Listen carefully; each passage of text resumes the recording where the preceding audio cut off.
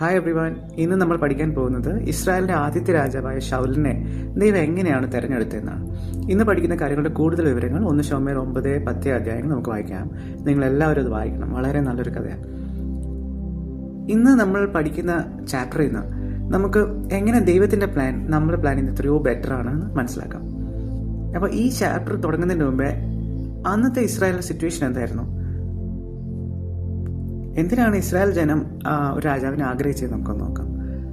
ഒരു രാജാവ് ഭരണം ഏറ്റെടുക്കുന്നതിന് മുൻപേ ഇസ്രായേൽ ഒരു ക്രൈസിസിലായിരുന്നു. ഒന്ന് ലീഡർഷിപ്പ് ക്രൈസിസ്. അന്നത്തെ പുരോഹിതനായിരുന്നു ഏലിയുടെ മക്കളായ ഹൊഫ്നിയും ഫിനാസും ദൈവകൽപ്പന ലംഘിച്ചു. അതല്ല, ആ പുരോഹിത വർഗം ടോട്ടലി കറപ്റ്റ് ആയിരുന്നു. അവരെ തിരുത്തുന്നതിൽ അദ്ദേഹം പരാജയപ്പെടുകയും ചെയ്തു. രണ്ടാമത്തെ പ്രശ്നം സ്പിരിച്വൽ ക്രൈസിസ് ആയിരുന്നു. അതായത് ദൈവ സാന്നിധ്യത്തിന്റെ അടയാളമായിരുന്ന നിയമപ്പെട്ടകം ശത്രുക്കൾ ഫിലിസ്തീൻസ് പിടിച്ചുകൊണ്ടുപോയി യുദ്ധത്തിൽ.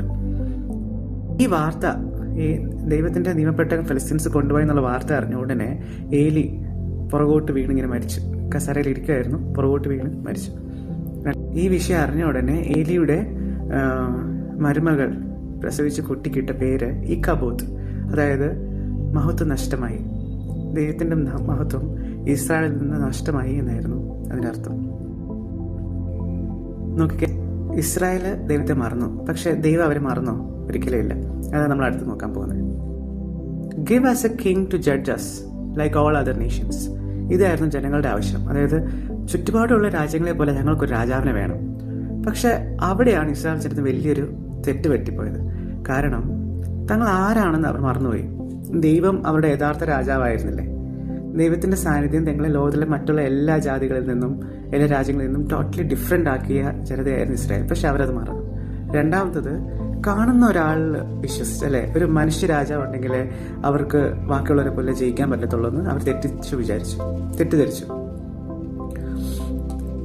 അപ്പം മറ്റുള്ളവരെ പോലെ ആകാനുള്ളൊരു ആഗ്രഹം, ദൈവത്തിന്റെ പ്ലാൻ നോക്കാതെ മറ്റുള്ളവരെ പോലെ ആകാൻ ഒരു ആഗ്രഹം അവരുടെ മനസ്സിലാവും. അത് ടോട്ടലി ഒരു മിസ്റ്റേക്കിലോട്ടാണ് ഇസ്രായേൽ നയിച്ചത്. ഈ അവസ്ഥയിലാണ് ഇസ്രായേലിന് ഒരു രാജാവിനെ ആവശ്യപ്പെടുന്നത്. ഇസ്രായേൽ ജനത്തെ നേരിട്ട് ഭരിക്കാനായിരുന്നു ദൈവത്തിന്റെ ആഗ്രഹം. അവരുടെ രാജാവായിട്ട് കൂടെ ഇരിക്കാനായിരുന്നു ദൈവം ആഗ്രഹിച്ചത്. എന്നാൽ തന്റെ ജനത്തോടുള്ള സ്നേഹം കൊണ്ട് ഇവരുടെ ആ ഡിമാൻഡ് ദൈവം അനുമതി നൽകി. പക്ഷെ അതൊരു പെർഫെക്റ്റ് ദൈവത്തിന്റെ ഒരു വില്ലായിരുന്നില്ല. പക്ഷെ ദൈവം ഒരു വാണിംഗ് കൊടുത്തു, മനുഷ്യൻ രാജാവായേക്കാം, പക്ഷെ അവർക്ക് അതുകൊണ്ടുള്ള ബുദ്ധിമുട്ടുകൾ വരാം എന്നുള്ളൊരു വാണിംഗ് ദൈവം ഇസ്രായേൽ ജനത്തിന് കൊടുക്കുന്നു. So God may hello what we want. നമുക്ക് ആ ഒരു കാര്യം വേണമെന്ന് തോന്നുമ്പോൾ അത് ചെയ്യുവാൻ ദൈവം അനുവാദം തന്നേക്കാം. പക്ഷേ but that doesn't always mean it's what is best. ഒരു ആഗ്രഹിക്കാം, ദൈവത്തോട് ചോദിക്കാം, പക്ഷെ അത് ദൈവത്തിന്റെ ബെസ്റ്റ് പ്ലാൻ ആയിരിക്കണം എന്ന് നിർബന്ധമില്ല. ഓക്കെ, അങ്ങനെ ഇരിക്കുകയാണ് ഇസ്രായേലിന്റെ ആദ്യത്തെ രാജാവിനെ ദൈവം സെലക്ട് ചെയ്യുന്നത്. ആരായിരുന്നു അത്? മിസ്റ്റർ ഷൗലായിരുന്നു ആദ്യത്തെ രാജാവ്. ഷൗലിന്റെ ഡീറ്റെയിൽസ് നമുക്ക് നോക്കാം. ഷൗല് ബെന്യാമിൻ ഗോത്രക്കാരനായിരുന്നു. കീഷ് എന്ന വലിയൊരു പണക്കാരന്റെ മകനായിരുന്നു. ഷൗലിനെ കാണാൻ നല്ല ഹാൻസം ആയിരുന്നു. നല്ല ഉയരം ഉണ്ടായിരുന്നു. നല്ല സ്ട്രോങ് ബോഡിയും നല്ല കരുത്തായിട്ടുള്ള ഒരു മനുഷ്യനായിരുന്നു. ഇൻട്രസ്റ്റിംഗ് കാര്യം എന്താണെന്ന് വെച്ചാൽ, ഷൗല് രാജാവാകാൻ നടക്കുമൊന്നുമല്ലായിരുന്നു. ഷൗലിന്റെ അപ്പന്റെ കഴുതകൾ കാണാതെ പോയി. അപ്പോൾ ഇത് തെരഞ്ഞ് ഷൗൽ ഇങ്ങനെ പോവുക, കഴുതയെ കണ്ടുപിടിക്കാൻ പോവുക. ഇങ്ങനെ ഒരു മനുഷ്യനെയാണ് ദൈവം രാജാവായിട്ട് സെലക്ട് ചെയ്യുന്നത്. നോക്കൂ, sometimes God uses ordinary tasks to lead us into extraordinary plans, അല്ലേ? ഈ കഥയിൽ ഏറ്റവും ത്രില്ലിംഗ് ആയിട്ടുള്ള പോർഷൻ എന്താണെന്ന് വെച്ചാൽ, ഷൗൽ കഴുതകളെ തിരഞ്ഞ് ഇങ്ങനെ അന്വേഷിച്ച് നടക്കുമ്പോൾ ദൈവം മറ്റൊരു സൈഡിൽ എല്ലാം പ്ലാൻ ചെയ്യുന്നുണ്ടായിരുന്നു.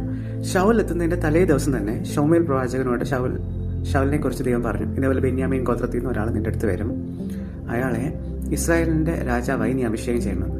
അങ്ങനെ പിറ്റേന്ന് ശമൂവേലിനെ തേടി ഷൗലെത്തും. ബിക്കോസ് ശമൂവേലിനെ തേടി എത്തുന്നത് എന്തിനാന്ന് വെച്ചാൽ, ആ കാണാതെ പോയ കഴുതകളെ എവിടെയാന്ന് അറിയാൻ വേണ്ടി ഈ പ്രവാചകന്റെ അടുത്ത് ചെല്ലാന്ന് വിചാരിച്ചിട്ടാണ് ശമൂവേലിന്റെ അടുത്ത് വരുന്നത്. പക്ഷെ അന്ന് ഈ ഷൗൽ എത്തുന്ന സമയത്ത് ഷൗലിനെ ശമൂവേൽ പ്രവാചകൻ ഇസ്രായേലിന്റെ രാജാവായിട്ട് അഭിഷേകം ചെയ്തു. ഇതൊരു പ്രൈവറ്റ് ആയിട്ടാണ് ചെയ്തത്, വേറെ ആരില്ലായിരുന്നു. ഇതേപോലെ ശമൂവേൽ കമ്മ്യൂണിക്കേറ്റ് ചെയ്തു, ദൈവം നിന്നെ തെരഞ്ഞെടുത്തു എന്നും ദൈവത്തിന്റെ പ്ലാൻ എന്താണെന്ന് പറഞ്ഞു. അങ്ങനെ അനോയിന്റ് ചെയ്തു. ഈ പ്രൈവറ്റ് ആയിട്ടുള്ള അനോയിന്റിങ്ങിന് ശേഷം ഇത് വെറും ഒരു യാദൃശ്ചികമല്ല, ശരിക്കും ദൈവത്തിൻ്റെ കൺഫർമേഷൻ ആണെന്ന് പറയാൻ വേണ്ടി ശമൂവേൽ പ്രവാചകൻ 3 അടയാളങ്ങൾ പറഞ്ഞു കൊടുക്കുന്നുണ്ട്. അത് അന്ന് തന്നെ സംഭവിക്കുകയും ചെയ്തു. അതിനെക്കുറിച്ച് കൂടുതൽ അറിയാൻ നിങ്ങളെല്ലാവരും ശമൂവേൽ 10 1 തൊട്ട് 9 വരെയുള്ള ഭാഗം ഒന്ന് വായിച്ചു നോക്കണം. അതിനകത്ത് ഇത് എന്തൊക്കെയാണെന്ന് കൃത്യമായി പറയുന്നുണ്ട്. അത് വായിക്കുകയാണെങ്കിൽ ഈ സ്ലൈഡിൽ കാണുന്ന കാര്യങ്ങൾ നിങ്ങൾക്ക് കുറച്ചുകൂടെ മനസ്സിലാവും. അതാണ് നിങ്ങൾക്കുള്ള ഹോംവർക്ക്. ഓക്കെ, ദൈവം ശൗലിനെ തിരഞ്ഞെടുത്തു കഴിഞ്ഞു. പക്ഷെ അത് പ്രൈവറ്റ് അല്ലായിരുന്നോ? ജനം കൂടെ അറിഞ്ഞാലല്ലേ രാജാവാൻ പറ്റത്തുള്ളൂ. അങ്ങനെ അതിനുവേണ്ടി ദൈവം എല്ലാ ജനത്തെയും മിസ്പ എന്ന സ്ഥലത്ത് കൂടി വരാൻ ശമൂവേൽ പ്രവാചകൻ ഇസ്രായേൽ എല്ലാ ഗോത്രങ്ങൾക്കും ഇൻഫർമേഷൻ കൊടുത്തു. അങ്ങനെ മിസ്പയിലെത്തിയിട്ട് പുതിയ രാജാവിനെ എല്ലാവർക്കും മുമ്പിൽ വെച്ച് ഔദ്യോഗികമായി പ്രഖ്യാപിക്കാനായിരുന്നു പ്ലാൻ. അപ്പോൾ എന്താ ചെയ്തതെന്ന് വെച്ചാൽ അന്നത്തെ കാലത്ത് ഇങ്ങനെ നറുക്കിടും, ലോട്ടിടും. അപ്പം ദൈവം ആരെയാണ് തിരഞ്ഞെടുത്തത് എന്ന് മനസ്സിലാക്കാൻ വേണ്ടി ലോട്ടിടാൻ തുടങ്ങി. ഫസ്റ്റ് ഗോത്രങ്ങൾ 12 ട്രൈബ്സ് ഉണ്ടല്ലോ. ഒരു ഫസ്റ്റ് സെലക്ട് ചെയ്ത ഒരു ബെഞ്ചമിൻ ട്രൈബിനെ സെലക്റ്റായി. പിന്നെ ആ ബെഞ്ചമിൻ ട്രൈബിലുള്ള ബാക്കിയുള്ള കുടുംബങ്ങളുടെ എഴുതി ലോട്ടിടും. അപ്പം ശൗലിൻ്റെ കുടുംബം സെലക്റ്റായി. പിന്നെയും ദൈവം ആ ശൗലിലുള്ള ആ ഫാമിലിയിലെ ആൾക്കാരുടെ പേര് എഴുതി ലോട്ടിടും. അങ്ങനെ ഇട്ടപ്പോൾ ആരെ സെലക്ട് ആയിരുന്നു നോക്കിയേ? ശൗൽ സെലക്ട് ആയി. പക്ഷെ അവിടെ ഒരു ട്വിസ്റ്റ് ഉണ്ട്. നോക്കിയേ, നറുക്ക് വീണ സമയത്ത് ശൗല് പേടിച്ച് സാധനങ്ങൾ, ബാഗേജിന്റെ ഒക്കെ സൂക്ഷിച്ചു വെച്ചേക്കുന്ന സ്ഥലത്ത് പോയി ഒളിച്ചിരിക്കുക. ഇത് രാജാവാകുന്നതിന്റെ പേടി കൊണ്ടാണോ അതോ താഴ്മയാണോ നമുക്ക് അറിയത്തില്ല. പക്ഷെ ആള് ഭയങ്കര പേടിച്ചു പോയി ഒളിച്ചിരിക്കുക. ചിലപ്പോൾ നമ്മളും ഇങ്ങനെയല്ലേ, വലിയൊരു റെസ്പോൺസിബിലിറ്റി, ഒരു ഉത്തരവാദിത്വം നമുക്ക് തരുമ്പോൾ നമ്മൾ പേടിച്ച് പുറകോട്ട് പോകത്തില്ലേ അല്ലേ? അതേപോലെ സിറ്റുവേഷൻ ആയിരുന്നു ശൗൽ. ഇവിടെ ദൈവം ഇസ്രായേലിൽ ഒരു രാജാവിനെ കൊടുക്കുന്നെങ്കിലും അവിടുത്തെ അൾട്ടിമേറ്റ് അതോറിറ്റി ദൈവമായിരുന്നു. വിമർശനങ്ങൾ കൂളായി നേരിടും. ഈ ശൗല രാജാവായി സെലക്ട് ആയെങ്കിലും എല്ലാവർക്കും ഒന്നും ശൗലിനെ ഇഷ്ടമല്ലായിരുന്നു. അദ്ദേഹത്തെ കളിയാക്കുന്ന ചിലർ, രാജാവായി അംഗീകരിക്കാൻ മടിയുള്ള ചിലരും അവരുടെ കൂട്ടത്തിലുണ്ടായിരുന്നു.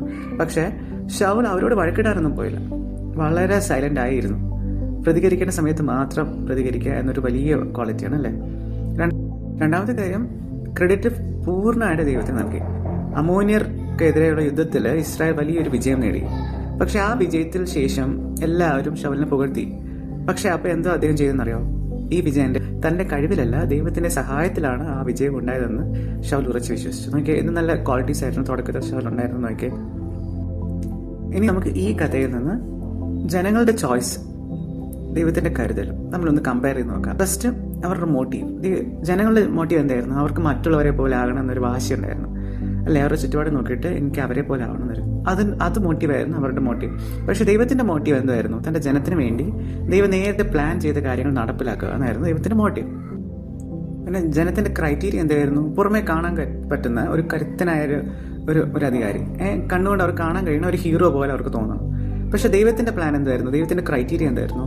ആരും പ്രതീക്ഷിക്കാത്ത ശൗലിനെ പോലെ ഒരാളെ ദൈവം സെലക്ട് ചെയ്ത അല്ലേ?